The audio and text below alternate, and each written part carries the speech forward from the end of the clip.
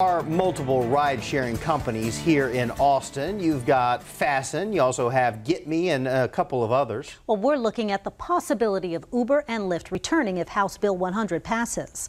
KVUE's Amber Downing is in our newsroom. Amber?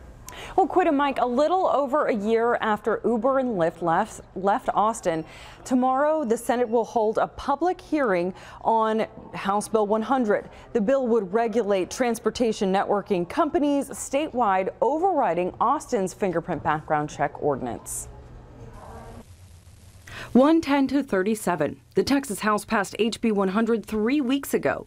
It would do away with Austin's current ride-sharing app rules, moving Uber and Lyft one step closer to coming back to Austin. As soon as the Senate votes, I would predict Uber and Lyft will be back in town. Anthony Wynn has been driving for Uber and Lyft since the ride-sharing companies started in Austin in 2014. Since Uber and Lyft went away a year ago, they pulled out, but we've had like 10 other TNCs come to town. Wings, Fasten, Fair, and Austin startup Ride Austin. We were created with Austin values in mind, and so certainly from our perspective, regardless of what happens at the Senate and the House, we believe that following the wishes of the Austin voters is important to us. Ride Austin offering to continue to fingerprint background check even if the state law doesn't require it. And it'll be interesting to see how it plays out. Despite finding this Craigslist ad for drivers, Lyft tells KVUE they're not ramping up ahead of the possible passage of House Bill 100. Based on his contact with other ride-sharing drivers, Wynn thinks both Uber and Lyft could be up against some pushback if they return. If you look at